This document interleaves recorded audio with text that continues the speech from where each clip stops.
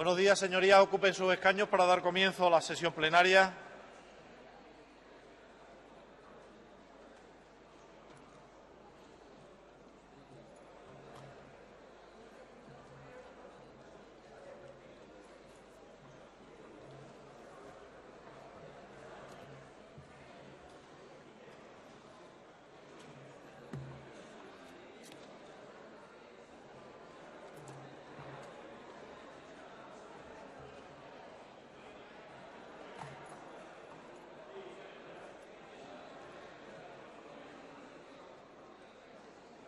Buenos días, señorías. Ruego silencio en el hemiciclo, señorías. Vamos a dar comienzo a la sesión plenaria. Quiero dar los buenos días también a los responsables de los medios de comunicación que van a hacer el seguimiento del transcurso de este pleno, como así también a los alumnos de la Facultad de Derecho de la Universidad de Extremadura, que también nos acompañan desde la tribuna de público esta mañana. También a aquellos internautas que lo están haciendo en estos momentos, lo van a hacer a lo largo de la retransmisión de esta sesión plenaria mediante la página web de esta Cámara Legislativa. En primer lugar, tiene la palabra el secretario primero de la Mesa de la Cámara para dar lectura al orden del día. Orden del día. En primer lugar, declaración institucional del Parlamento extremeño en recuerdo de las víctimas del atentado del 11M. Primer punto, propuesta de interposición de recursos de inconstitucionalidad. Adopción de acuerdo por el Pleno respecto de la propuesta de interposición de recursos de inconstitucionalidad contra la Ley 27/2013 de 27 de diciembre de racionalización y sostenibilidad de la Administración local, formulada por el Grupo Parlamentario Socialista, el Grupo Parlamentario Izquierda Unida y el Grupo Mixto Agrupación de Diputados Prescres. Segundo punto, debate de dictámenes elaborados por comisiones no permanentes. Debate del dictamen elaborado por la Comisión No Permanente de Investigación para el esclarecimiento del proceso de integración de Monte de Piedad y Caja General de Ahorro de Badajoz. Ruego silencio. El pleno ha comenzado ya, señoría. Ruego silencio, por favor. Gracias. Y sobre la situación en la que se encuentra actualmente la entidad Caja Badajoz. Votación y aprobación, en su caso, del dictamen elaborado por la Comisión. Propuestas de impulso ante el Pleno. Primera propuesta de impulso, instando a la Junta de Extremadura que se revisen de oficio las resoluciones de denegación de solicitudes de ayuda de subsidiación de préstamos para la adquisición de viviendas de protección oficial presentadas con anterioridad a la entrada en vigor de la Ley 4/2013 de 4 de junio, formulada por el Grupo Parlamentario Socialista. Segunda propuesta de impulso, instando a la Junta de Extremadura a adoptar las medidas necesarias dentro del marco de la Ley 6/2006 de 9 de noviembre de Farmacia de Extremadura para garantizar la cobertura de las necesidades de atención farmacéutica de la población en base a criterios de accesibilidad, calidad y utilidad de servicios en aquellas entidades locales menores con carácter de pedanías, formulada por el Grupo Parlamentario Socialista. Tercera propuesta de impulso, instando a la Junta de Extremadura a requerir de las empresas eléctricas la supresión de los postes de madera y su sustitución por conductores que se adapten a la legislación vigente, formulada por el Grupo Mixto Agrupación de Diputados Regionalistas Prescres. Cuarto punto del orden del día, propuestas de pronunciamiento. Primera propuesta de pronunciamiento, instando al Ayuntamiento de Cáceres a iniciar de manera urgente un diálogo con los vecinos y las asociaciones de vecinos de la zona afectada por la construcción de una gasolinera en la barriada de La Mejostilla con la AMPA del Colegio Nazaret y con los promotores, con el fin de llegar a una solución y a paralizar las obras. Formulada conjuntamente por el Grupo Parlamentario Socialista, el Grupo Parlamentario Izquierda Unida y la Agrupación de Diputados Regionalistas Prescres. Segunda propuesta de pronunciamiento, instando al Gobierno de España a desistir y retirar la reforma planteada en el borrador ante el proyecto de ley de reforma integral de los registros, a declarar la necesidad de que los registros civiles permanezcan como un servicio gratuito y público a la ciudadanía, a mantener el actual estatus de los juzgados de paz y a manifestar su absoluto rechazo a cualquier tipo de privatización del sistema judicial, formulada conjuntamente por el Grupo Parlamentario Socialista y el Grupo Parlamentario Izquierda Unida. Quinto punto, preguntas a los miembros del Consejo de Gobierno. Primera pregunta, ¿cuál es el criterio que utiliza el SES para establecer las jefaturas de guardia? Formulada por doña Fernanda Ávila Núñez. Segunda pregunta, ¿cómo valora la Junta de Extremadura las oposiciones de enfermería del SES que se han saldado con cientos de reclamaciones a las pruebas selectivas? formulada por don Víctor Manuel Casco Ruiz. Tercera pregunta. ¿Cómo piensa abordar la Consejería de Agricultura la ingente carga de trabajo que supone la sanidad animal ante la reducción del personal de Traxaté? Formulada por don Pedro Escobar Muñoz. Cuarta pregunta. ¿Tiene previsto la Junta de Extremadura cambiar todos los libros de texto correspondientes a la educación primaria tras la implantación de la LOMCE en el próximo curso? Formulada por don Antonio Gómez Yuste. Quinta pregunta. ¿Cómo justifica la Junta de Extremadura la bajada del número de desempleados en el mes de febrero y la destrucción de empleo que reflejan los datos de la Seguridad Social para el mismo periodo? Formulada por don Miguel José Bernal Carrión. Y sexta pregunta. ¿Qué gestiones ha realizado la Junta de Extremadura ante el incumplimiento de la central nuclear de Almaraz respecto al cambio obligado de titularidad de la autorización de explotación a personas jurídicas? Formulada por don Antonio Rodríguez Osuna. Muchas gracias, señor secretario primero de la Mesa. Señorías, hace unos minutos ha tenido reunión la Mesa de la Cámara y ha calificado positivamente una declaración institucional que venía consensuada por parte de los 4 portavoces parlamentarios. Para dar lectura a la misma, tiene la palabra la secretaria segunda de la Mesa. Muchas gracias, señor presidente. Declaración institucional del Parlamento extremeño en recuerdo de las víctimas del atentado del 11M. El día 11 de marzo de 2004, España sufrió el atentado terrorista más brutal de la historia de Europa.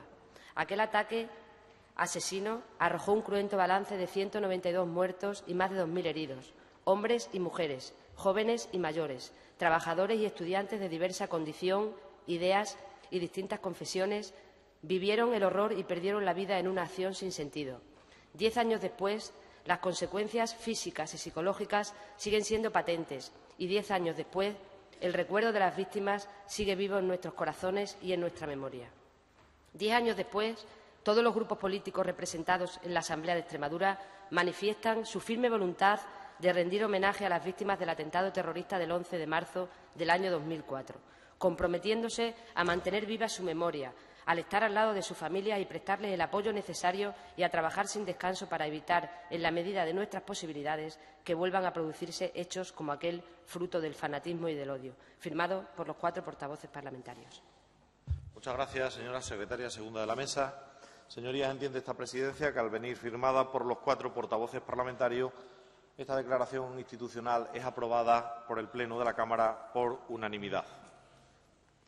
Pasamos al siguiente punto, señorías, del orden del día, que está formado por la adopción de acuerdo por el Pleno respecto de la propuesta de interposición de recurso de inconstitucionalidad contra la Ley 27/2013 de 27 de diciembre de racionalización y sostenibilidad de la Administración local, formulada conjuntamente por el Grupo Parlamentario Socialista y el Grupo Parlamentario Izquierda Unida Verdes, y también por parte del Grupo Mixto, la agrupación de diputados regionalistas del PRESCRES, cuyo registro de entrada del documento fue el número 16.651. De conformidad con la ordenación del debate acordada por la Junta de Portavoces en su sesión celebrada el día 11 de marzo del 2014, y dado que la propuesta de interposición de recurso de inconstitucionalidad ha sido formada por 3 grupos parlamentarios de esta Cámara, en primer lugar, tendrán la palabra los proponentes por un tiempo máximo de 5 minutos cada uno de los representantes de dichos grupos parlamentarios, de menor a mayor representatividad en esta Cámara, para explicar las razones que motivan este recurso de inconstitucionalidad. De esta forma, tiene la palabra, en primer lugar, el señor Beneito Pita, por tiempo de 5 minutos. Tiene la palabra, señoría.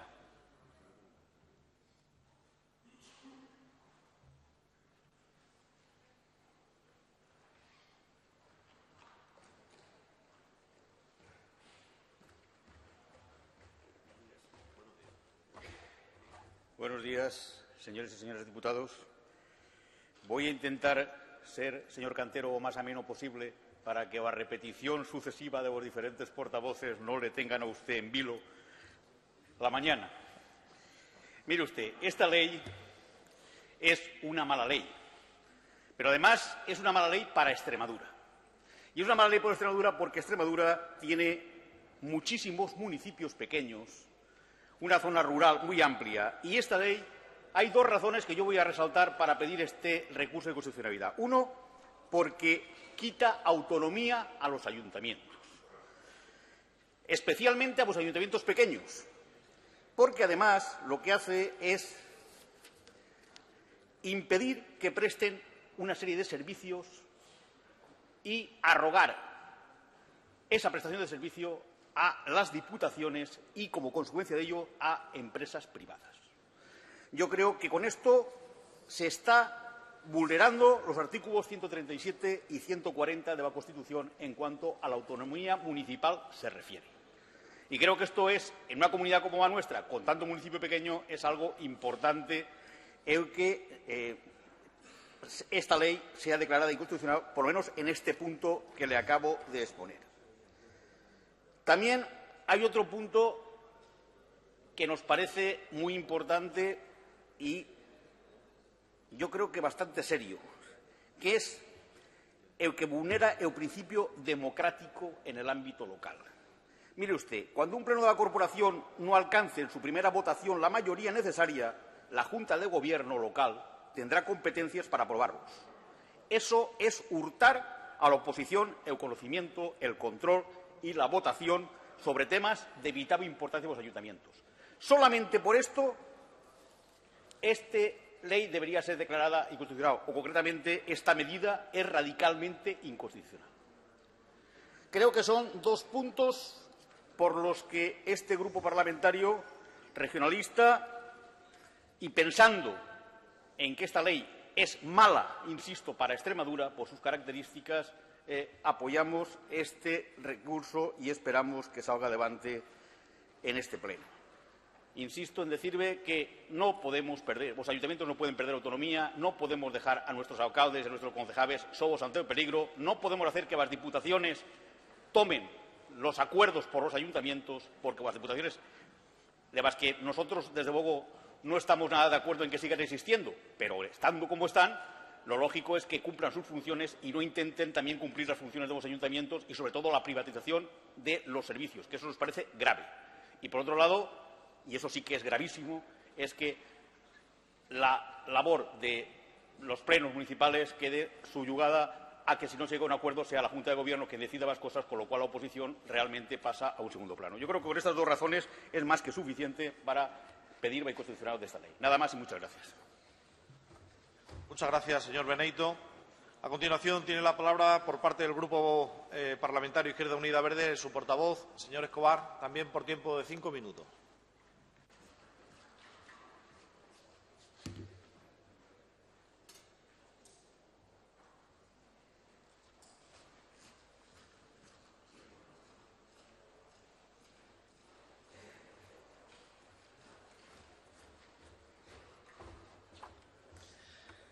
Señoras y señores diputados, buenos días a todos y a todas.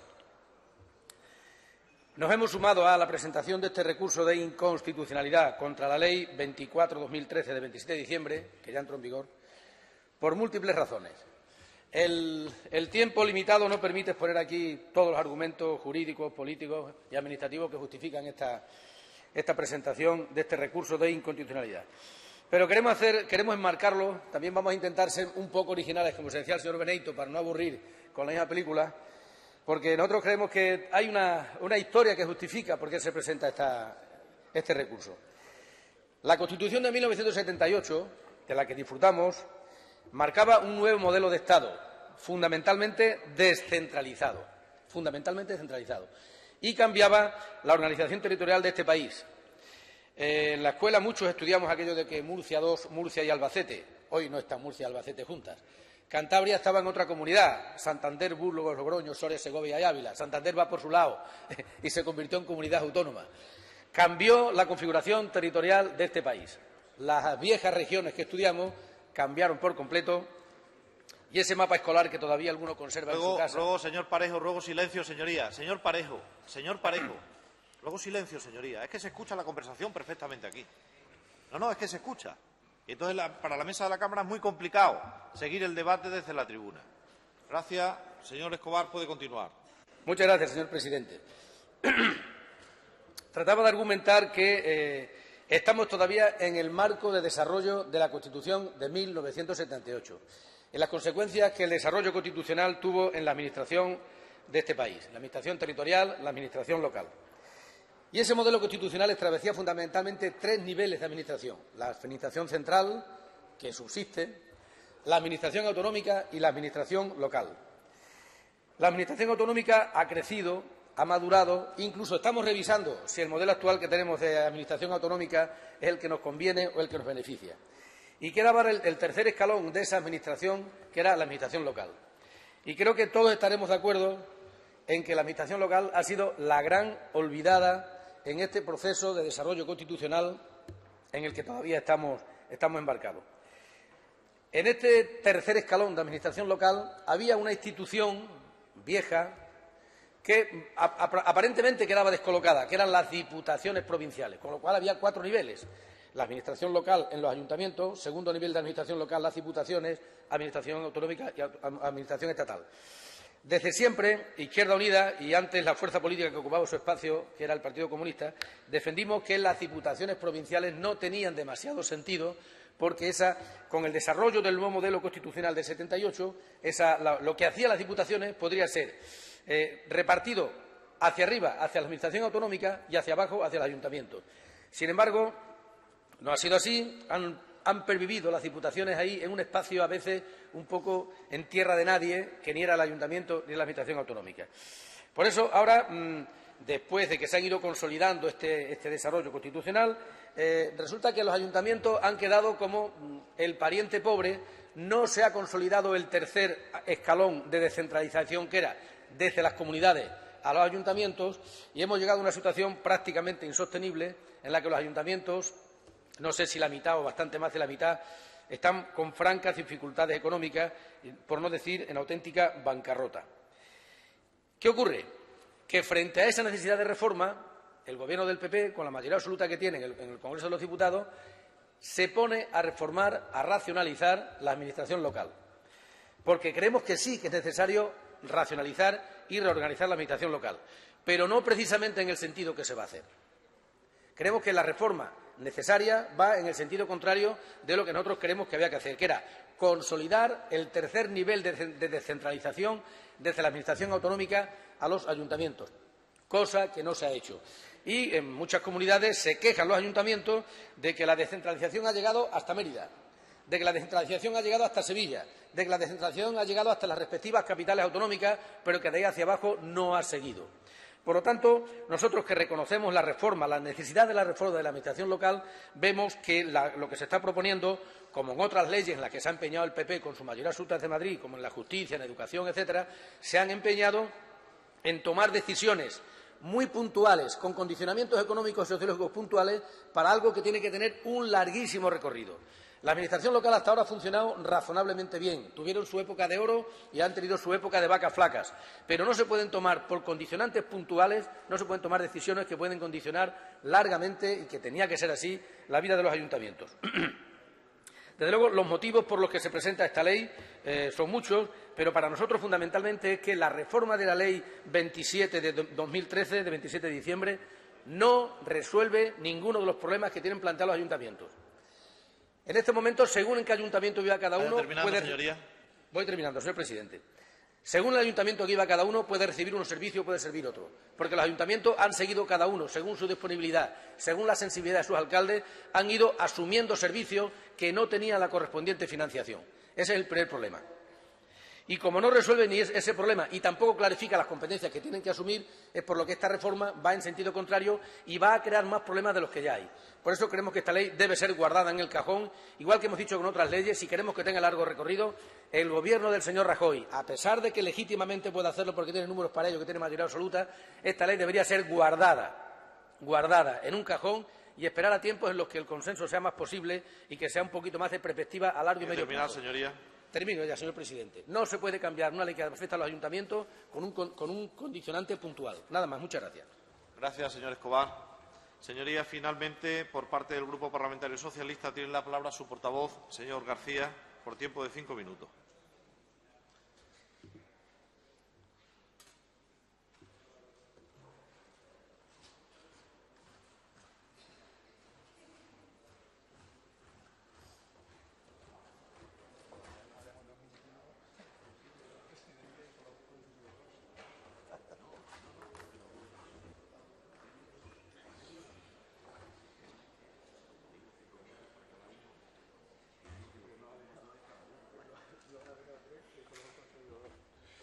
Gracias, presidente.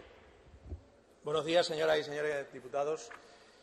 Presentamos el Grupo Parlamentario Socialista, junto con el Grupo Parlamentario de Izquierda Unida y de los regionalistas, esta propuesta de recurso de inconstitucionalidad contra la Ley de Racionalización y Sostenibilidad de la Administración Local, porque entendemos que vulnera gravemente los derechos de los ciudadanos, que es lo más importante. Es un hecho extraordinario que la Asamblea de Extremadura presente recurso de inconstitucionalidad contra una ley del Gobierno. Lo ha hecho, con esta será, si lo hacemos, si lo aprueban los 65 diputados o la mayoría de la Asamblea, la segunda vez que la Asamblea de Extremadura vaya al Tribunal Constitucional contra una ley del Gobierno central. Y también es un hecho extraordinario que en el Congreso de los Diputados todos los grupos parlamentarios, todos los partidos de este país, excepto el Partido Popular, estemos unidos contra la ley de reforma de la Administración local. Todos los partidos, todos los grupos parlamentarios de la Asamblea de Extremadura también. Y fundamentalmente porque el principal problema que tienen los ayuntamientos es el de la financiación, no la prestación de servicios, no la autonomía local, no los derechos democráticos del Pleno de los ayuntamientos, sino la financiación local. Y esta ley de reforma de la Administración local no aborda ese principal problema. ¿Cuáles son las causas de inconstitucionalidad? Pues la primera de ellas es que en este país hay tres poderes políticos democráticos, igualmente poderes políticos e igualmente democráticos. A nivel nacional, a nivel estatal, el autonómico y los ayuntamientos. Y ninguno de los tres es más democrático que los demás, ni ninguno de los tres tiene que estar subordinado a los demás. Y el Partido Popular, la reforma de Rajoy y de Monago, intenta hacer a los ayuntamientos un poder democrático de segunda categoría. Y nosotros estamos por seguir apostando por que los ayuntamientos, porque el poder municipal sea un poder democrático de primera categoría. Por eso vulnera la reforma de la ley de reforma local la Constitución española en cuanto a la autonomía local. Vulnera el Estatuto de Autonomía de Extremadura también, porque invade las competencias de la Comunidad Autónoma de Extremadura. Y lo invade porque el título cuarto de nuestro Estatuto, donde regulamos la organización territorial, deja bien clara cuáles son las competencias de la Comunidad Autónoma respecto a los ayuntamientos. Y quiero recordar aquí, lo recordará el señor Nevado Batalla, que nuestro Estatuto de Autonomía es uno de los estatutos de autonomía de más apoyo, más municipalista de todos los que se aprobaron en la pasada legislatura. El más municipalista, porque creíamos conveniente que en Extremadura los ayuntamientos fueran una administración de primera división y fuera la administración más cercana a los ciudadanos la que pudiera prestar los mejores servicios. La tercera causa de inconstitucionalidad es que despoja a los ayuntamientos menores de 20.000 habitantes de sus competencias. Los deposita en la Diputación Provincial y, como la Diputación Provincial no podrá ejercer directamente todos esos servicios, está llamando claramente a la privatización de los servicios públicos en los ayuntamientos menores de 20.000 habitantes. Y, en cuarto lugar, porque vulnera el principio democrático, quitándole las competencias al Pleno. ¿Qué va a pasar en Extremadura con esta ley? Pues, en primer lugar, que se va a sacrificar a los ayuntamientos como las administraciones que son las culpables del déficit en este país, siendo las administraciones que menos déficit y menos deuda generan en este país, salvo los ayuntamientos como los de Madrid, que son claramente ayuntamientos muy deficitarios. Las grandes empresas se están frotando las manos porque ven un gran negocio en la privatización de los servicios municipales en los ayuntamientos menores de 20.000 habitantes. Y, por último, en Extremadura... Un momento, señor García. Señor Sánchez Duque, señoría, le estoy escuchando la conversación. Le ruego a sus señorías, cuando hablen por teléfono y quieran hacerlo en un tono medianamente alto, que salgan del hemiciclo, señoría. Gracias. Señor García, puede continuar. Gracias, señor presidente. Decía que en Extremadura una de las consecuencias de esta reforma de la Administración local es que se va a romper el modelo de equilibrio de desarrollo entre lo rural y lo urbano. Extremadura es lo que es 30 años después de llegar a la autonomía porque hemos apostado por desarrollar equilibradamente el mundo rural y el mundo urbano. Si rompemos ese equilibrio, Extremadura se convertirá en una región en la que desaparecerá el mundo rural. Y para fijar la población a los municipios y al territorio es imprescindible que los ayuntamientos presten los servicios que vienen prestando. Y otra razón fundamental por la que hay que estar en contra de esta reforma es que todos pensamos que hay que acercar la Administración a los ciudadanos y lo que hace esta reforma es alejar la Administración de los ciudadanos. A todos, incluidos al Partido Popular, al señor Rajoy y al señor Monago, se les llena la boca diciendo de que vamos a acercar las administraciones a los ciudadanos y a la primera de cambio, en cuanto tienen oportunidad, le quitan a los ciudadanos la posibilidad de ir a su ayuntamiento para recibir servicios públicos esenciales y los lleva ni siquiera a las diputaciones provinciales. ¿Va terminando, señoría? Voy terminando, señor presidente. Los lleva directamente a la prestación privada de los servicios. ¿Y es malo privatizar los servicios? Pues si los servicios privatizados, como va a pasar en los ayuntamientos menores de 20.000 habitantes, sirven para perder empleo público y precarizar el empleo, sirven para que las empresas privadas ganen dinero a costa de que los ciudadanos paguen más impuestos y paguen más tasas, desde el Partido Socialista decimos que sí, que esta ley es mala para los ciudadanos, mala para las administraciones locales, los ayuntamientos, y desde luego va a servir para que los ciudadanos reciban menos servicios, paguen más tasas y paguen más impuestos. Nada más y muchas gracias.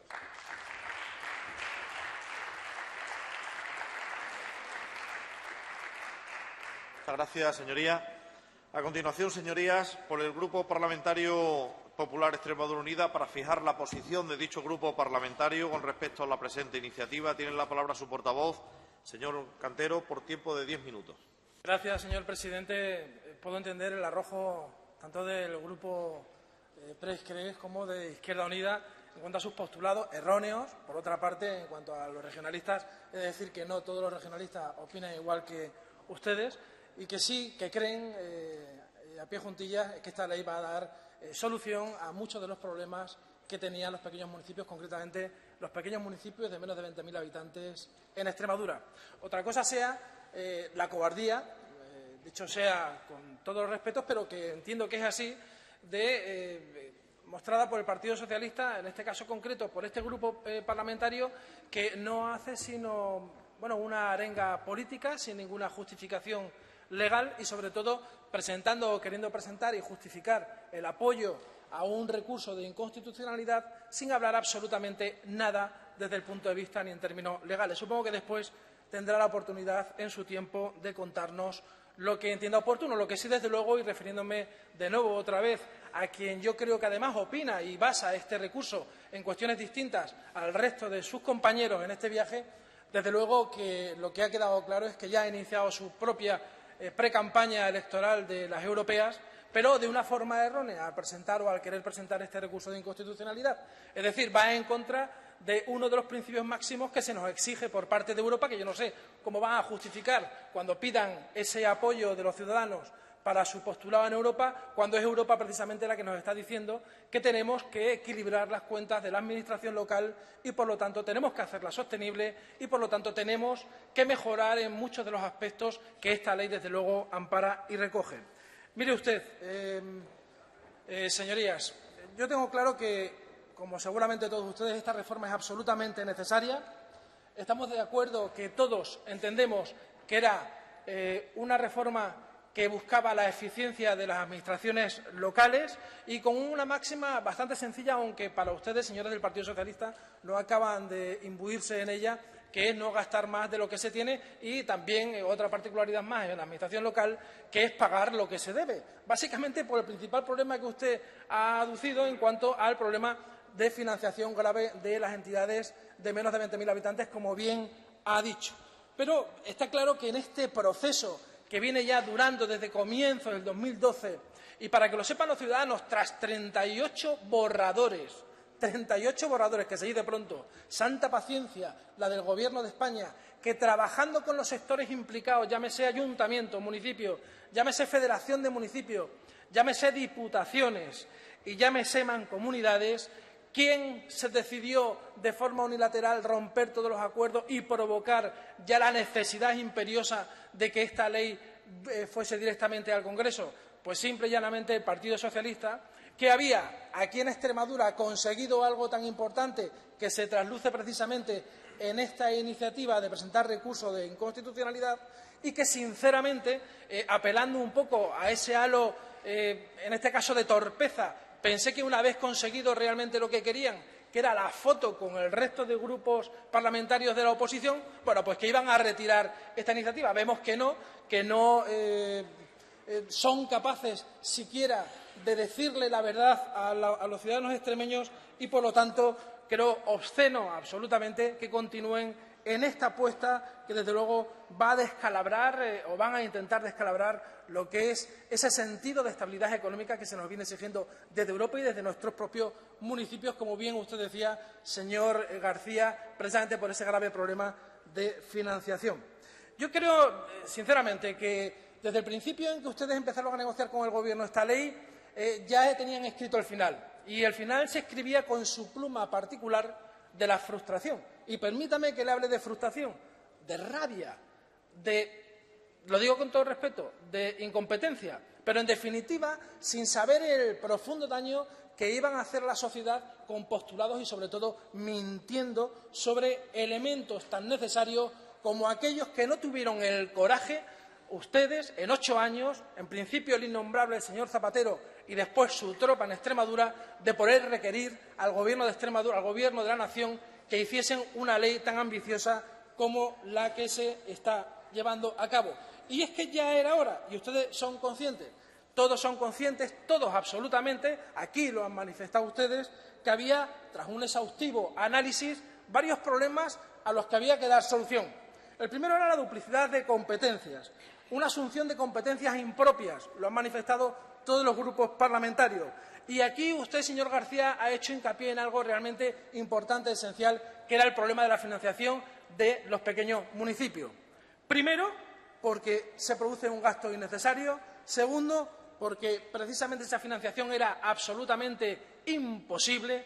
Y tercero, porque había una falta de transparencia que, fíjense ustedes, trasluce en que al final lo que vemos en muchos municipios es que se encuentran los ciudadanos que su ayuntamiento tiene unas deudas descomunales y que no pueden hacer frente ni siquiera a los servicios más básicos. Por lo tanto, tenemos claro que esta ley clarifica las competencias, tenemos claro que esta ley evita duplicidades, tenemos claro que esta ley simplifica la estructura y tenemos claro que esta ley protege precisamente esa financiación legal.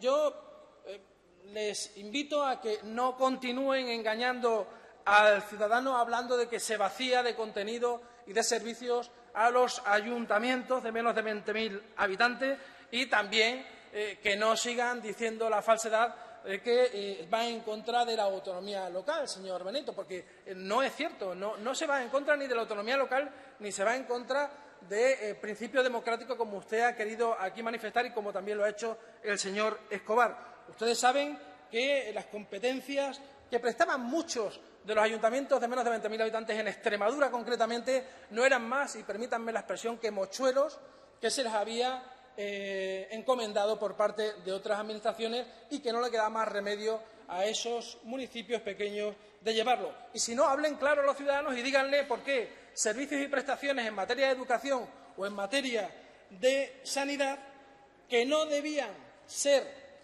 prestados por los municipios, lo estaban siendo prestados por los municipios y, además, asumidos económicamente por ellos. ¿Qué es lo que hace esta ley? Precisamente liberar a esos municipios de esos servicios llamados impropios, con competencias impropias, a esas a las que ustedes dicen que esta ley va a desproteger y que nosotros decimos que libera, porque al mismo tiempo que estamos hablando de competencias impropias, señor García, estamos hablando de gastos impropios.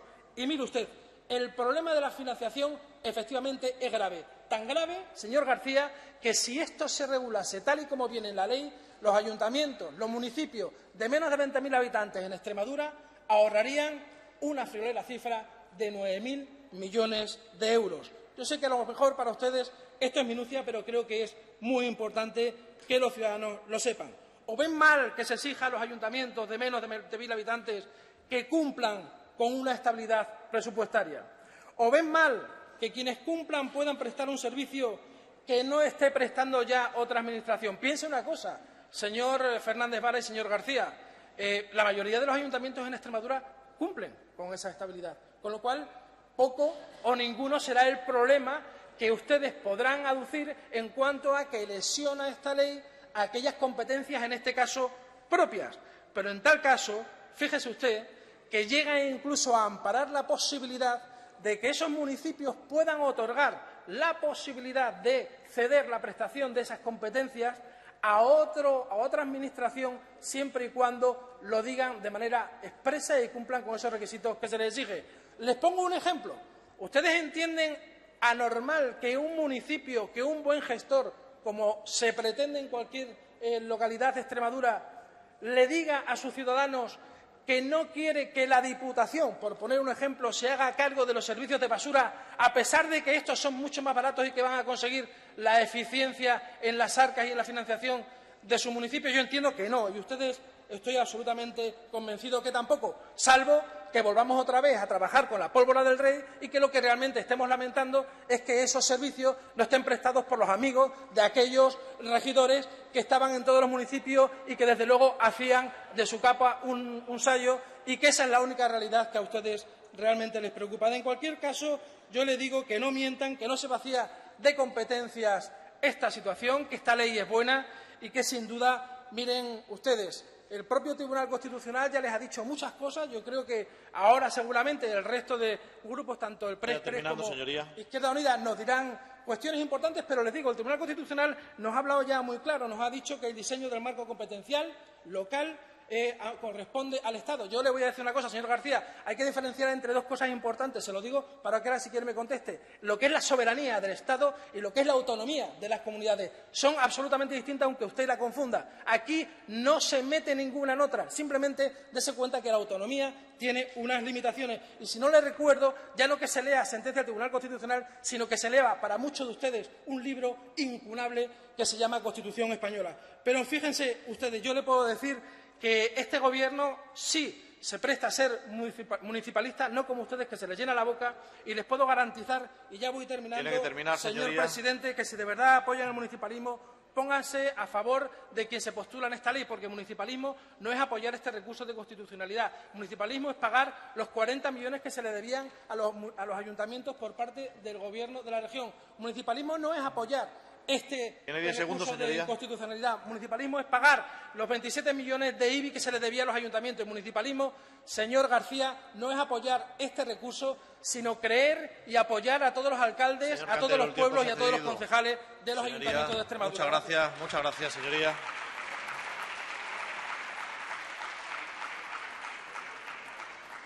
Señorías, para cerrar el debate, nuevamente los tres grupos parlamentarios firmantes de la propuesta de recurso tienen la palabra por tiempo de 2 minutos cada uno de ellos.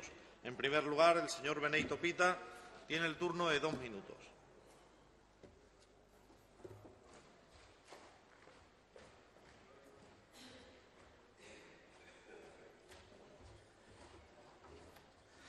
Señor Cantero, esta ley no resuelve la financiación de los ayuntamientos. No la resuelve.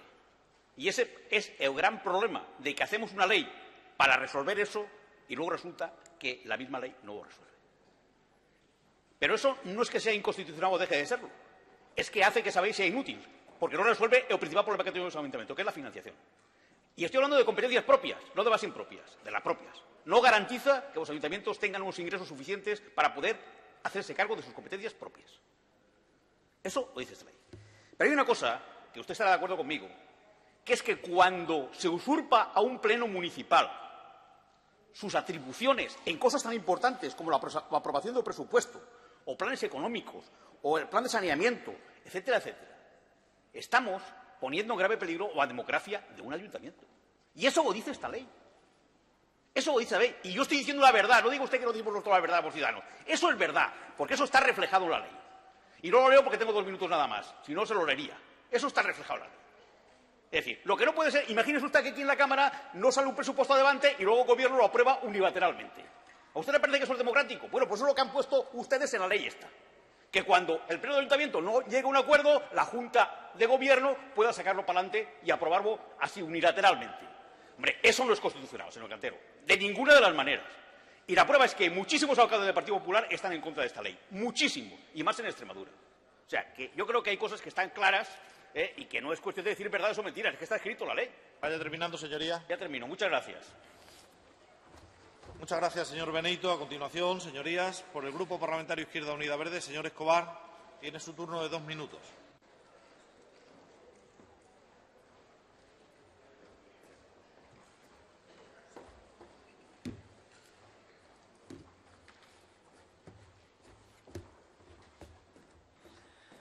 Señor Cantero, se empeñan en mantenerla y no en Mendalla. ¿Pero qué vamos a hacer? Es verdad que tienen mayoría suficiente para ello. Mire usted, si ustedes hubieran querido abordar los problemas del ayuntamiento, abordar la necesaria reforma de la administración local, francamente creo que lo hubieran hecho de otra manera. Nos sentamos, identificamos los problemas, que hasta ahora todo el mundo reconoce que hay un problema de financiación y un problema en la clarificación y la delimitación de las competencias. Yo le voy a decir más problemas que hay en los ayuntamientos. Presidencialismo de los alcaldes. La actual administración local a nosotros no nos gusta. Creemos que tiene que ser reformada. Y son ayuntamientos, son instituciones muy presidencialistas. Y, de hecho, hay muchos alcaldes que se comportan como auténticos caciques. Muchos alcaldes. Y eso es difícil de corregir con la actual legislación. Usted sabe que hay desigual nivel de prestación de los servicios según el poder que ese alcalde tenga del propio partido. Todos los alcaldes saben que cuando el presidente o vicepresidente de las diputaciones era además alcalde de tal sitio, ese pueblo curiosamente recibía más prestaciones que los demás. Eso tampoco nos gusta. Por eso estoy de acuerdo con usted y quizás estaríamos de acuerdo en un punto de partida que el actual estado de la administración local necesita reformas profundas. Ustedes han abordado una reforma que no resuelve ninguno de esos problemas. Y para nosotros, el apoyar el recurso de inconstitucionalidad, participar en él, es una forma de intentar corregir los efectos que esta ley trae, que no va a resolver. Y por eso creo que si ustedes hubieran querido abordar los problemas, lo habrían hecho de otra manera, que no lo han hecho. Tienen 180 y tantos diputados, pueden sacar la ley que quieran y adelante. Y creo que van a cometer un error porque otra vez va a quedar una situación que seguramente le pondremos fecha de caducidad. Y cuando haya otros equilibrios parlamentarios, esta ley volverá a ser reformada. Y le digo una cosa. Yo no soy experto futurólogo, pero usted sabe que esta ley hay algunos artículos que el Tribunal Constitucional va a decir que tienen que ser corregidos. Como ha pasado con casi todos los recursos de inconstitucionalidad que se han presentado. El Tribunal no va a decir que toda la ley es inconstitucional, no. Pero hay puntos que va a decir que sí, que tendrán que ser corregidos, como ha pasado con otros recursos. Y bueno, y ya termino. Naturalmente que podíamos habernos sentado a hablar de los ayuntamientos, pero no se ha hecho así. Ustedes han preferido aplicar el rodillo de su mayoría y creo, sinceramente, que cometen un error. Y, desde luego, aunque esta ley fuera constitucional, nosotros seguiremos pidiendo que se retirara, porque no es una buena ley para los ayuntamientos y para acabar el tercer escalón de la descentralización, que es la administración local.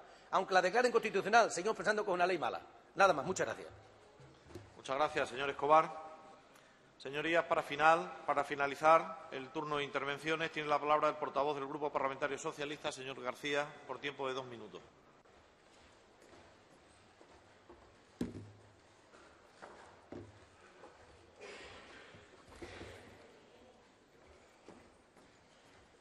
Gracias, señor presidente. Señor Cantero, escuchándole hablar de cobardía y obscenidad, se me ha venido a la cabeza que la estulticia es patrimonio de los iletrados. Argumentos, señor Cantero. Aquí están los argumentos por los que vamos a ir al Tribunal Constitucional. En 2 minutos no se los puedo leer. Pero aquí están. Yo se los voy a regalar luego para que se los lea este fin de semana. Europa. Europa no le pide al Estado español que elimine la autonomía ni la democracia en los ayuntamientos, porque los ayuntamientos no son la administración que ha generado el déficit, salvo el Ayuntamiento de Madrid, que es el más endeudado de todos, y el Ayuntamiento de Mérida como ejemplo de los endeudados por ustedes. Municipalismo. ¿Municipalismo es recortar 25 millones en los presupuestos de la Junta de Extremadura para los ayuntamientos? ¿Ese es su municipalismo, señor Monago y señores del Partido Popular? Europa. Ahora que vamos a votar en las próximas elecciones europeas, es por lo que los socialistas estamos pidiendo cambiar precisamente la política europea, para que nadie en nombre de una construcción europea solidaria, igualitaria, entre las ciudades, los pueblos, las regiones, los hombres y las mujeres, pueda decir que se suprime la autonomía local. La Europa de ustedes, los de derecha, son los que quieren quitar a los ayuntamientos los servicios que prestan. La Europa y ustedes en Madrid, su mayoría absoluta que les nubla la inteligencia, son los que quieren hacer de los ayuntamientos una administración poco democrática, porque le quitan las competencias a los plenos para dejárselas a las juntas de gobierno municipales. Ese es el problema, señor Cantero, que aunque el Tribunal Constitucional dijera que es constitucional, que no lo va a decir, ustedes han plasmado aquí la idea que tiene la derecha de cómo han de ser los ayuntamientos en este país. Vaya terminando, señoría. Voy terminando, señor presidente. Ese es su problema, que han sido capaces de plasmar en esta ley, porque nadie se lo ha impedido y se lo ha permitido su mayoría absoluta, la idea poco democrática que tiene la derecha española de cómo tienen que ser los ayuntamientos y las administraciones en este país. Pero los ciudadanos ya le dirán que están equivocados cuando votemos en las europeas, cuando votemos en las municipales, y el Tribunal Constitucional dentro de unos años ya le dirá que son ustedes muy inconstitucionales.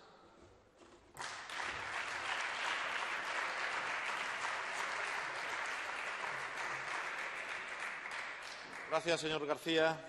Señorías, una vez debatida la propuesta de interposición de recurso de inconstitucionalidad, tal y como dispone el artículo 256 del reglamento de esta Cámara, someteré a la consideración del Pleno de la misma y, caso de ser aprobada por mayoría absoluta, dicho recurso de inconstitucionalidad, a continuación de la misma votación sometería al juicio del Pleno, en votación separada, la relación de diputados que han de ostentar la representación de esta Cámara Legislativa ante el Tribunal Constitucional para la interposición de dicho recurso de inconstitucionalidad.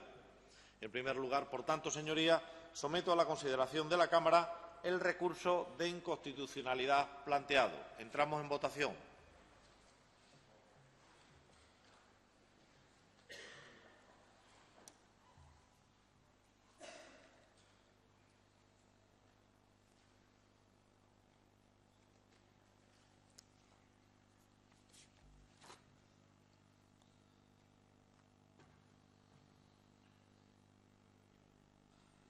Gracias, señorías. El resultado de la votación es el siguiente. Presentes 65, votos a favor 33, en contra 32, abstenciones ninguna.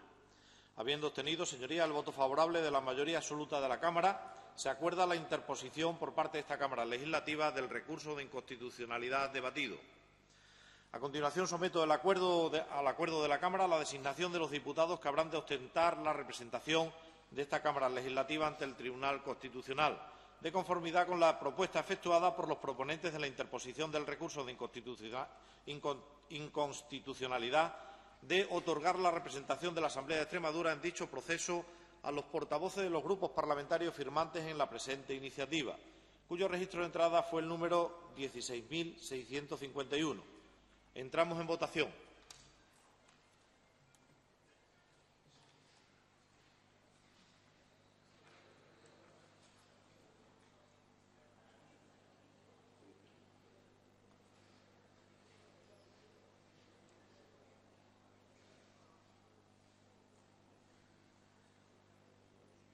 Gracias, señorías. El resultado de la votación es el siguiente. Presentes 65, votos a favor 33, en contra 32, abstenciones ninguna. Así pues, el Pleno de la Cámara acuerda designar como representantes ante el Tribunal Constitucional para la interposición del recurso de inconstitucionalidad aprobado a los señores Benito Pita, Escobar Muñoz y García Gómez. Pasamos al siguiente punto del orden del día, señorías, que está compuesto por el debate del dictamen elaborado por la Comisión No Permanente de Investigación para el esclarecimiento del proceso de integración de Monte de Piedad y Caja General de Ahorros de Badajoz en Banco Caja 3 y sobre la situación en la que se encuentra actualmente la entidad Caja de Badajoz. En primer lugar, para presentar el dictamen elaborado por la citada comisión, tiene la palabra el presidente de la comisión, señor Cantero Calvo, por tiempo de 5 minutos.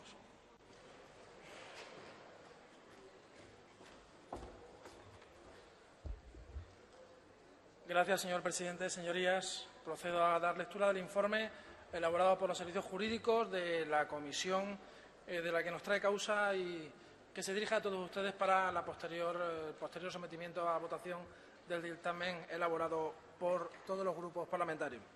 Señor presidente, señorías, exactamente hace un año, en este mismo mes de marzo, el Grupo Popular ejerce la iniciativa de solicitar del plenario de la Cámara la adopción de acuerdo para la creación de una comisión de investigación para, de un lado, esclarecer el proceso de integración de Monte de Piedad y Caja General de Ahorros de Badajoz en Banca Caja 3 y, de otro, conocer o precisar la situación en la que se encuentra la entidad Caja Badajoz. La solicitud aparecida, literalmente motivada, tras un largo periodo de prosperidad y estabilidad, la entidad se ha visto en serio peligro a raíz del proceso de integración de la misma en el Banco Caja 3, recibiendo un 29% del total de títulos accionariales, pese a ser la de mayor solvencia y reporte de beneficios a la nueva sociedad, lo que significa que el proceso de toma de decisiones no fue la que debía, bien por la ocultación de documentos y datos o bien porque se actuó sin pensar en el interés general de aquella. Se argumentaba que en la siguiente fase de reestructuración de la entidad dentro del nuevo Banco Caja 3 se había dejado caer el peso de la responsabilidad de decisiones tomadas erróneamente por la dirección sobre los empleados de Caja de Badajoz, mientras sus directivos veían incrementadas sus retribuciones de 2011 a 2012 en un 56%, así como la aportación a planes de pensiones en un 756%. Además, este grupo parlamentario abundaba, basándose en la opinión de expertos, en que de la documentación existente y los índices que presentaban las entidades que se integraron en Banco Caja 3, a Caja Badajoz correspondería un 80% de las acciones de Caja 3, por lo que entendía que las negociaciones se hicieron mal o existían vicios ocultos que impidieron tomar las decisiones que reportaran el mayor interés para la entidad extremeña. Tratándose de una entidad que ha aportado a la sociedad extremeña múltiples beneficios a través de su obra social, justificaba el proponente que, al amparo de lo establecido en el artículo 106 del Reglamento de la Asamblea de Extremadura, se acordara la creación de una comisión de investigación que aclarase los aspectos expresados en el documento para dar cumplimiento a la función de control de la Cámara sobre la gestión financiera de instituciones, organismos, empresas y entidades públicas que recoge el Estatuto de Autonomía en su artículo 16, apartado 2, letra I. Pues bien, este Pleno, en sesión de 11 de abril de 2013, adoptó por unanimidad el acuerdo de creación de la Comisión de Investigación propuesta para el esclarecimiento del proceso de integración del Monte de Piedad y Caja General de Ahorros de Badajoz en Banco Caja 3, cuyo dictamen, antes de finalizar el año, ha sido elaborado y que hoy se somete a la consideración de todas sus señorías para su examen y debate, y finalmente la aprobación de sus conclusiones y propuestas, si así lo decide la Cámara. El día 6 de mayo de 2013 la Comisión celebró su sesión constitutiva con la siguiente composición: 6 miembros del Grupo Parlamentario Popular Extremadura Unida, 6 del Grupo Parlamentario Socialista y 1 miembro del Grupo Parlamentario Izquierda Unida Verdes. Esta composición se verá alterada en el devenir de la Comisión por la ruptura de la coalición electoral y Grupo Parlamentario Socialista Regionalistas, alteración por la que se reducen a 5 los miembros del Grupo Socialista en la Comisión, atribuyéndose 1 miembro de la agrupación de diputados Pres-Cres en el Grupo Mixto.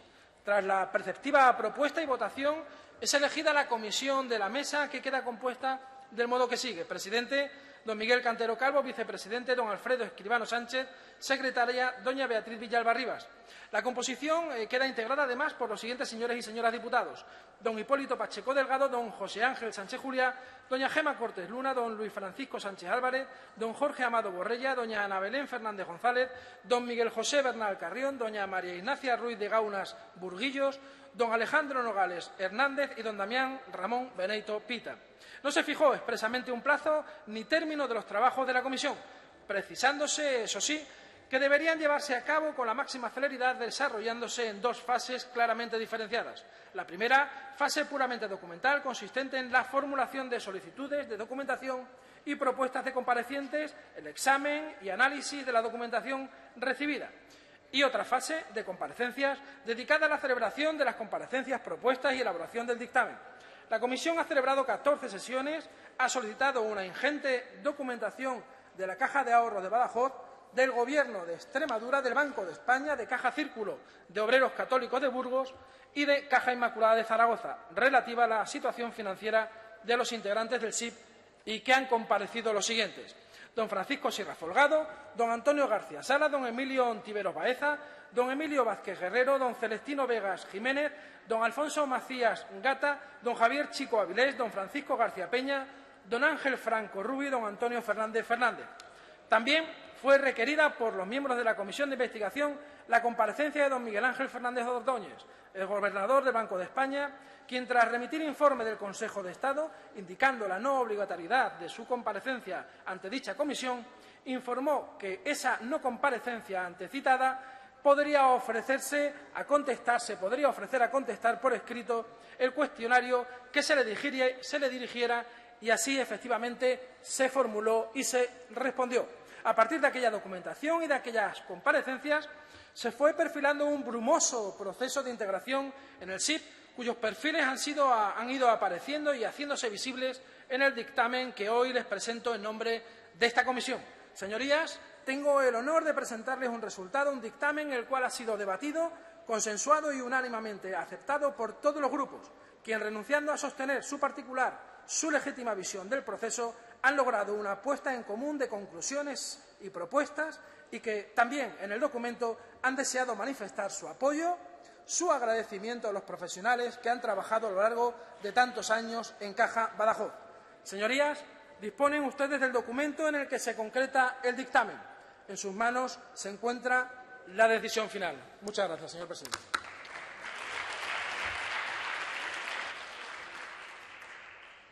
Gracias, señoría. A continuación intervendrán los grupos parlamentarios de menor a mayor representatividad por tiempo de 5 minutos cada uno. En primer lugar, por parte del Grupo Parlamentario Mixto, Agrupación de Diputados Precres, tiene la palabra el señor Benito Pita por tiempo de 5 minutos.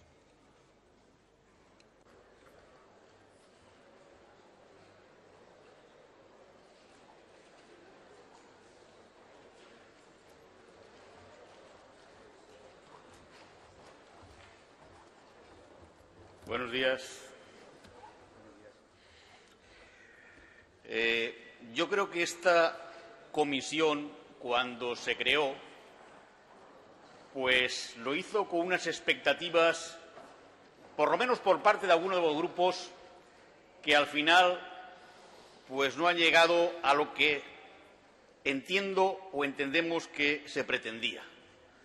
Creo que al final se ha constatado lo que casi todos sabíamos ya, lo que había ocurrido en ese proceso de fusión fría o sí primero y de fusión con final de Caja Badajoz en Ibercaja Banco, y que, bueno, pues de alguna manera a nosotros, a los regionalistas, nos ha servido pues para aprender algunas cosas y para sacar a la luz algunas cosas que yo creo que tampoco estaban demasiado bien explicadas a los ciudadanos. En primer lugar, ¿por qué no hay una fusión de las cajas extremeñas? Esto ha sido una pregunta recurrente de este diputado a prácticamente todos los comparecientes.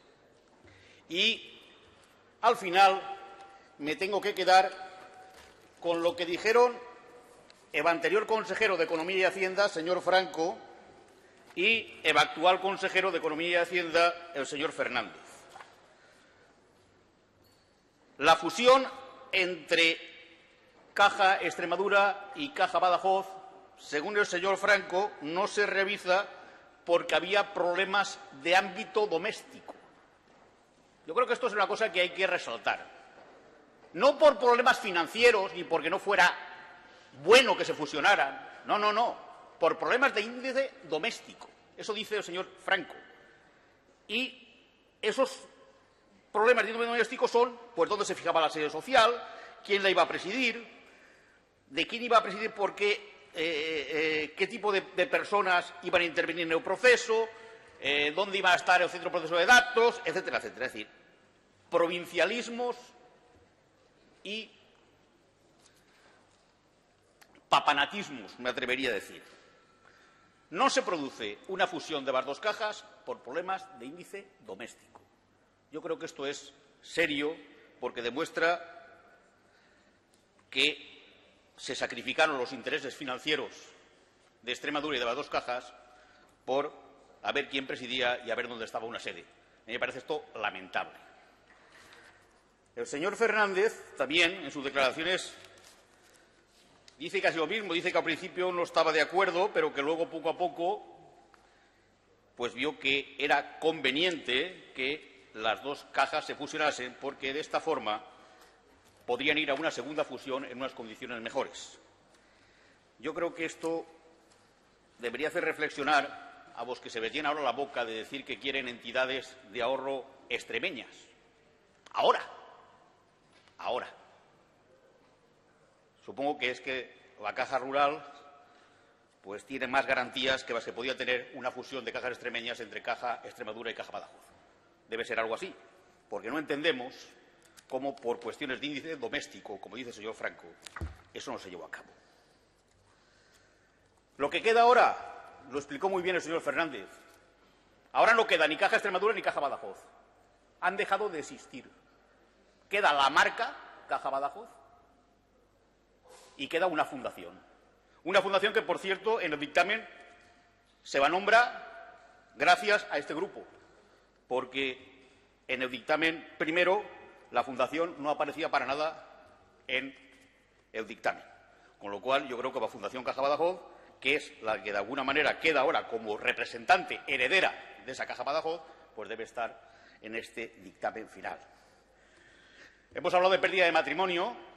Nadie ha cuantificado la pérdida de patrimonio. Todo el mundo ha dicho, o mucha gente ha dicho que ha habido pérdida de patrimonio, concretamente en el SIP con Caja Círculo y Caja Badajoz, pero no está cuantificada. De ahí que este dictamen lo que pida es que se encargue un estudio para ver realmente qué pérdida de patrimonio ha habido y si esa pérdida de patrimonio es superior a la reestructuración que hubo del paquete accionariado, que pasó del 24,5% al 32%.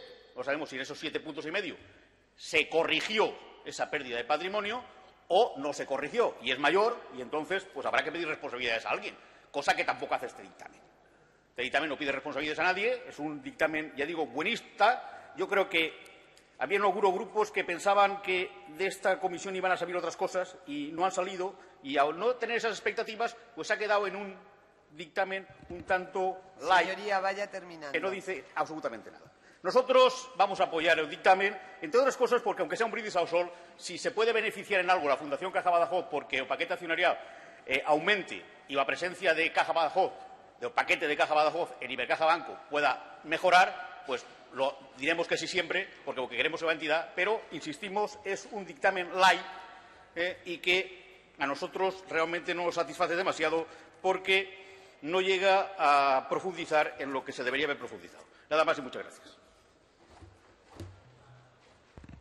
Gracias, señoría. Por el Grupo Parlamentario Izquierda Unida Verde Síes, el señor Nogales Hernández tiene la palabra por tiempo de 5 minutos.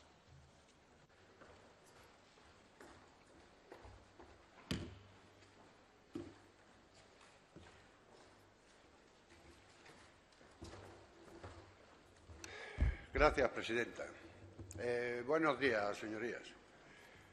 El diputado que me ha precedido en la palabra ha puesto un poco en solfa cuáles eran las diferencias que teníamos los grupos cuando iniciamos el proceso en la comisión de investigación.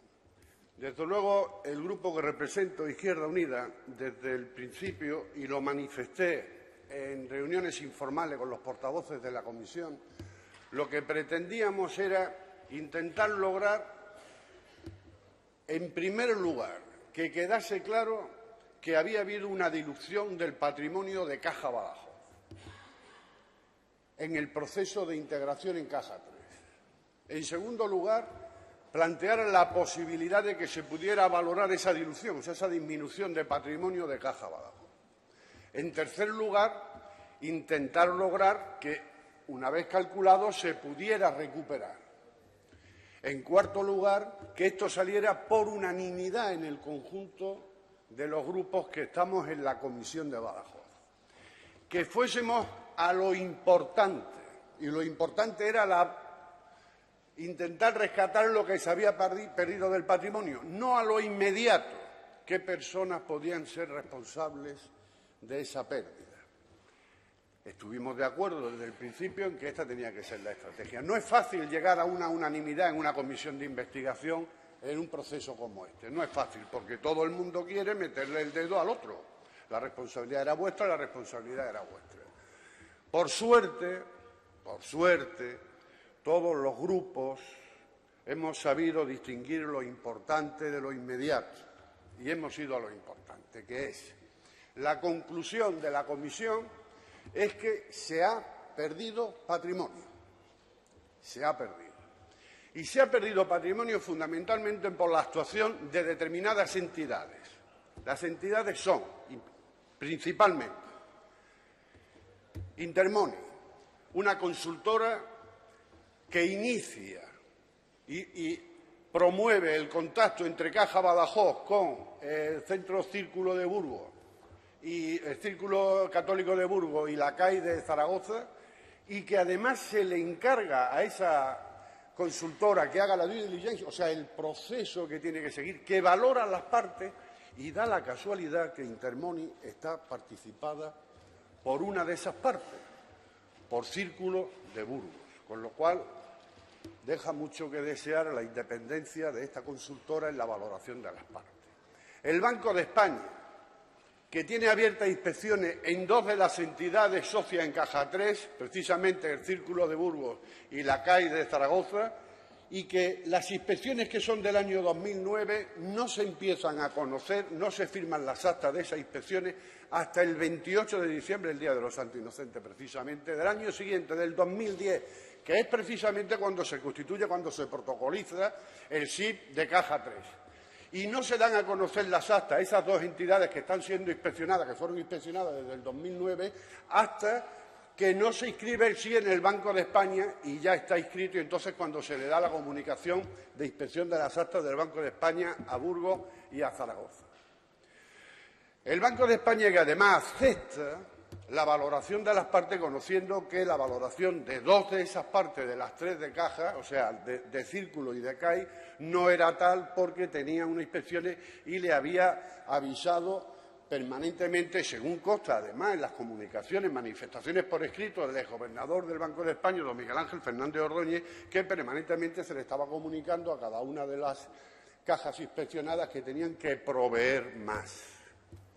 Que también en las mismas manifestaciones del señor Fernández Ordóñez dice que es imposible que una entidad financiera, caja o banco, se lleve una sorpresa del resultado de las inspecciones del Banco de España porque permanentemente le están comunicando cuál es la situación. El Banco de España, las auditoras que han auditado las diferentes cajas, que por un lado el Young es la que audita a Zaragoza, perdón, a Burgos y a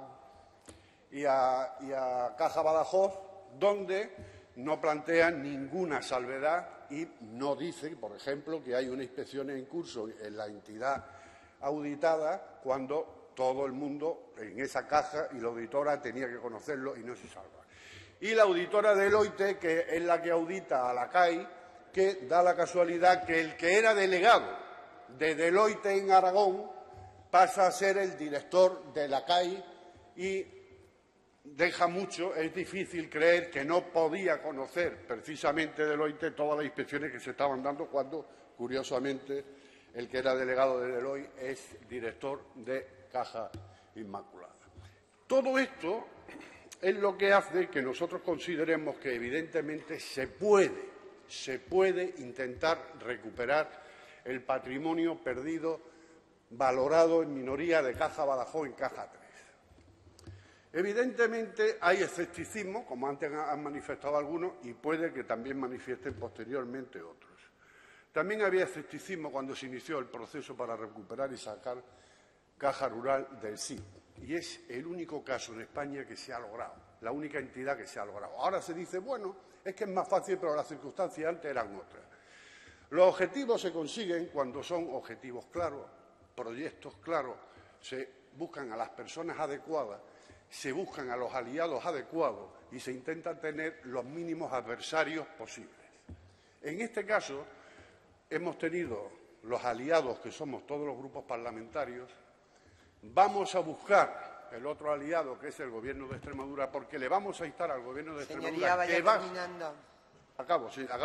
Presidenta, que bajo la dirección y coordinación de un catedrático de la Universidad de Extremadura, el catedrático de Política Financiera y Contabilidad, se contrate, se cojan a un grupo de expertos para valorar eso, para valorar la posibilidad de recuperar lo que ha perdido Caja Badajoz. Evidentemente, puede ser difícil, a lo mejor no se consigue, pero yo creo que es preferible que nos confundamos en el camino de la esperanza a que acertemos en el camino de la desesperación. Creo que es muy importante que todos los grupos comprendan la diferencia que hay en una sociedad anónima de tener una participación del 4,95 al 5,01. Porque tener más del 5 en una sociedad anónima es una cualificación importante de un socio.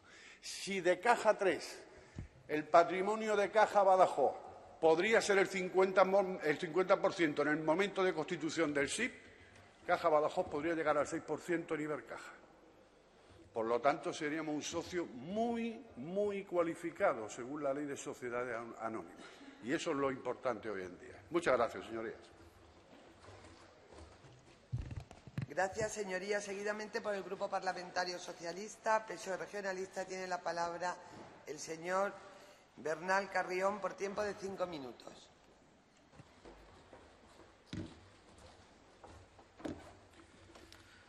Gracias, señora presidenta. Buenos días, señorías. También desde mi grupo parlamentario, señorías, nos congratulamos de que haya habido un acuerdo en el dictamen que finalmente aprobó la comisión y trae hoy a este pleno. Y nos congratulamos porque hemos alcanzado un punto de encuentro en el análisis de la evolución de un proceso que ha seguido Caja Badajoz en su fusión, primero con Caja 3 y actualmente con Ibercaja, un proceso que les digo, tremendamente complicado, un proceso tan complicado que se ha llevado por delante a la práctica totalidad de las cajas de ahorro de España, afortunadamente no a Caja de Ahorros de Badajoz. Mi grupo parlamentario era consciente, conocía la situación positiva que presentaba Caja Badajoz en el año 2009, fruto de una gestión acertada de Caja Badajoz hasta ese momento. Pero también mi grupo parlamentario era consciente, y lo hemos reforzado con la información que hemos recibido a lo largo de las sesiones de la comisión, también éramos conscientes que ante el escenario de profunda crisis que ya se manifestaba en el año 2010, Caja Badajoz presentaba algunos desequilibrios que hacían que no estuviera preparada para afrontar esa crisis en solitario.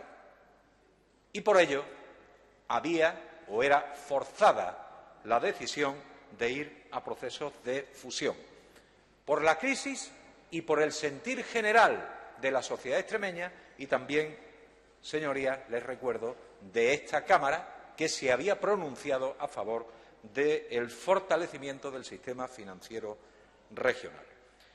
A lo largo de las sesiones de la comisión hemos conocido cómo Caja Badajoz, con la información que en cada momento tenía, adoptó decisiones que eran correctas. Pero también hemos conocido, a lo largo de las sesiones de la comisión, que hubo instituciones que actuaron con deslealtad con Caja Badajoz, con nuestra entidad. El Banco de España actuó deslealmente con Caja Badajoz, el Círculo Católico de Burgos actuó deslealmente con Caja Badajoz y Caja Inmaculada de Zaragoza actuó con deslealtad hacia Caja Badajoz.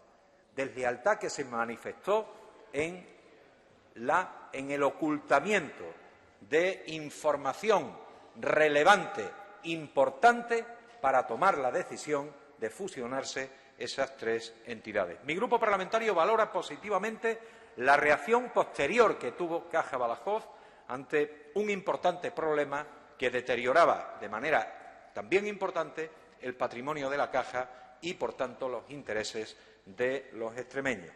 Reacción de Caja Badajoz que permitió recuperar una parte del patrimonio perdido por esa deslealtad de otras instituciones con Caja Badajoz.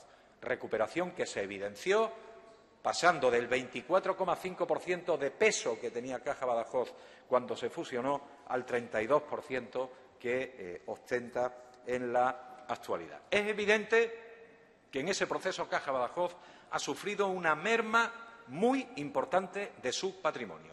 Es evidente, señorías, por dos motivos. Uno, porque todo el sistema financiero español en este proceso desde el año 2010 hasta el día de hoy ha sufrido una merma muy importante de su valor patrimonial. Todo el sistema, les repito, les insisto, desde el banco más grande al más pequeño, se han visto seriamente deteriorados, con medias que alcanzan el deterioro a más del 50% de pérdida de su valor, y eso le ha afectado también a Caja Badajoz, pero en segundo lugar por el deterioro añadido que produjo ese ocultamiento de información y la deslealtad a la que me he referido anteriormente. Por eso también es evidente que tenemos la obligación de saber hoy si aún persiste ese deterioro, y por eso es importante para nosotros este dictamen por unanimidad, por 5 motivos, muy rápidos. En primer lugar, porque la comisión, señorías, no ha servido para que los grupos parlamentarios se tiren los trastos a la cabeza. En segundo lugar, porque todos los grupos parlamentarios reconocemos la importancia que desarrolla Caja Badajoz en nuestra región.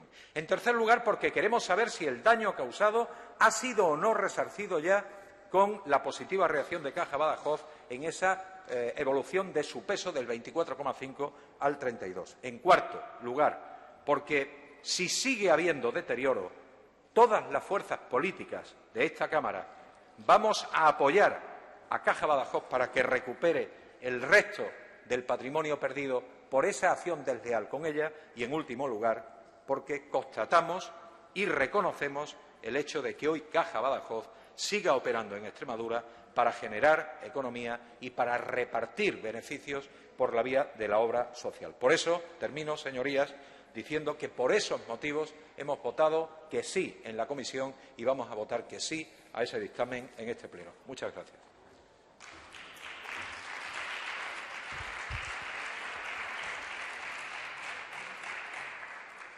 Gracias, señoría. Para cerrar, el Grupo Parlamentario Popular Extremadura Unida tiene la palabra el señor Sánchez Juliá por tiempo de 5 minutos.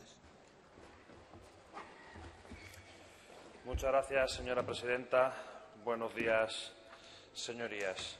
Hace un año, en este mismo hemiciclo aproximadamente, se votaba a favor por todos los grupos parlamentarios la creación de esta comisión de investigación sobre el proceso de fusión de Caja Badajoz, porque existían dudas que sombrecían un proceso que se mostraba viciado, con informaciones incompletas, relaciones y comportamientos de unas consultoras externas que estaban poniendo en serio compromiso los intereses de Caja Badajoz, un comportamiento desleal por parte del Banco de España, deslealtad de sus entidades socias y, entre todo ello, una pérdida muy importante de patrimonio sufrida por Caja de Badajoz. Unas cuestiones muy importantes que este grupo parlamentario quería resolver y a las cuales quería dar luz.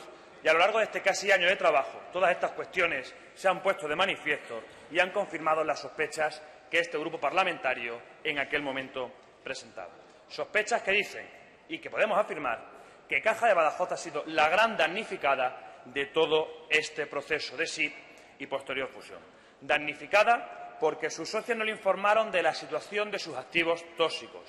Perjudicada por un Banco de España donde el gobernador, don Miguel Ángel Fernández Ordóñez, no comunicó en ningún momento la existencia de inspecciones abiertas a estas dos entidades, CAI y Caja Círculo.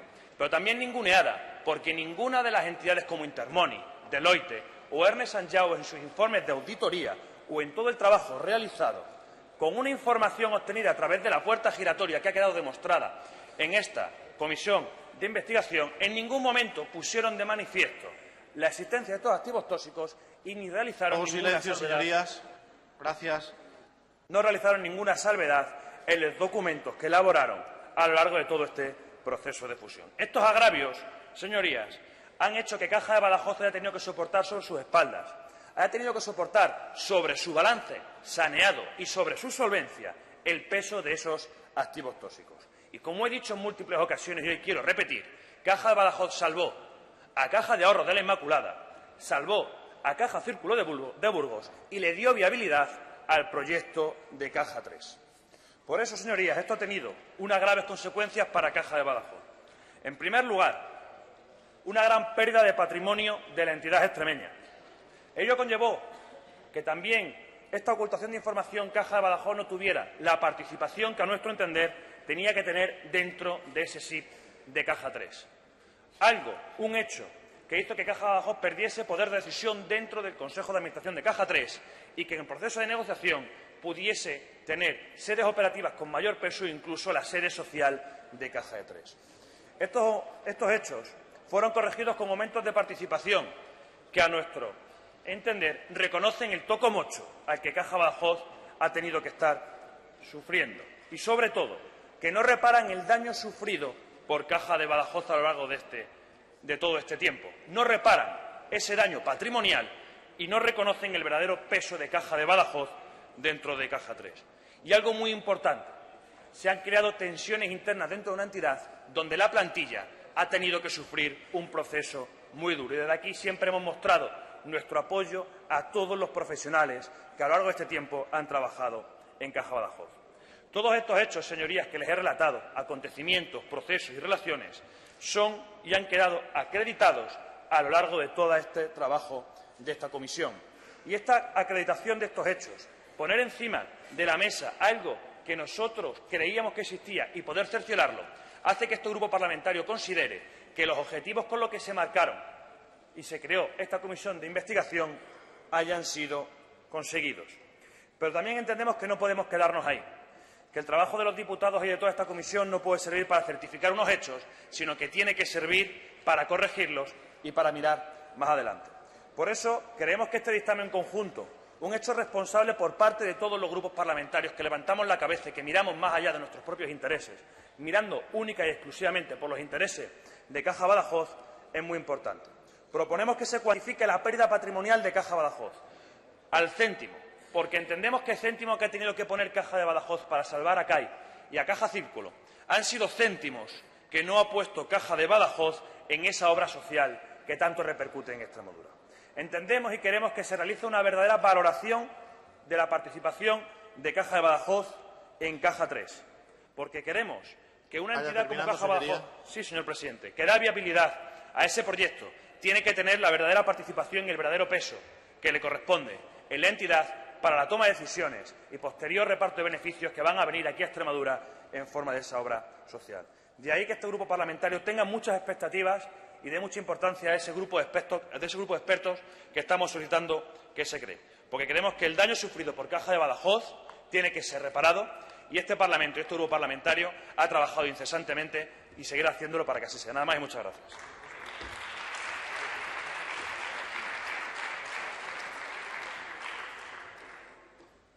Muchas gracias, señoría. Finalmente, señoría, someterá a votación el dictamen debatido de conformidad con el artículo 107 del reglamento de la Cámara. Entramos en votación.